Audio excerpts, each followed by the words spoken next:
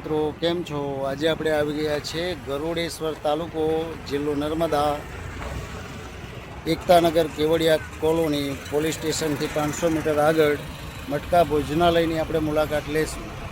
મિત્રો, આપણે ફાઇનલી આવી ગયા છીએ. તમે જોઈ શકો છો દેશી મટકા ભોજનાલય.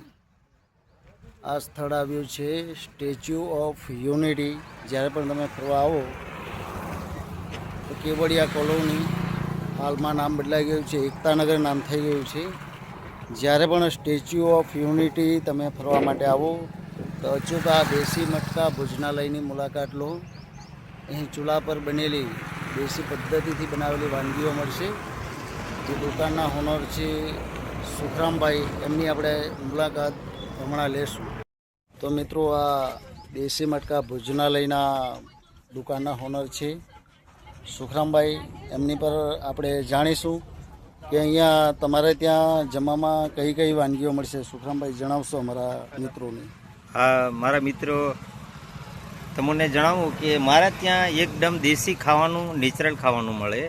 દરરોજ અલગ અલગ ખાવાનું અને ચૂલાથી બને.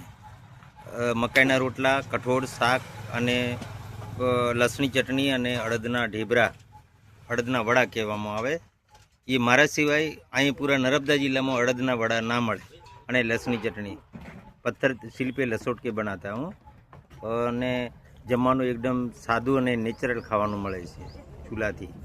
તો મિત્રો, અહીં કેવી રીતે મકાઈના રોટલા બને છે એ હું તમને બતાવું છું લાઈવ. ચલો મિત્રો, તમારે દેશી મટકા ભોજનાલયમાં જમવા માટે આવવું હોય તો કેવી રીતે આવવું એ એડ્રેસ આપણે દુકાનના માલિક સુખરામભાઈને પૂછીશું. અમારા મિત્રોને જણાવો સુખરામભાઈ, અહીં કેવી રીતે આવવાનું છે? Statue of unity, Kevadia colony, Narmada. તમે જે જમવા માટે મારા ત્યાં આવવું હોય તો ટ્રાફિક પોલીસ સ્ટેશનથી 500 મીટર મારું મટકા ભોજનાલય આવેલું છે.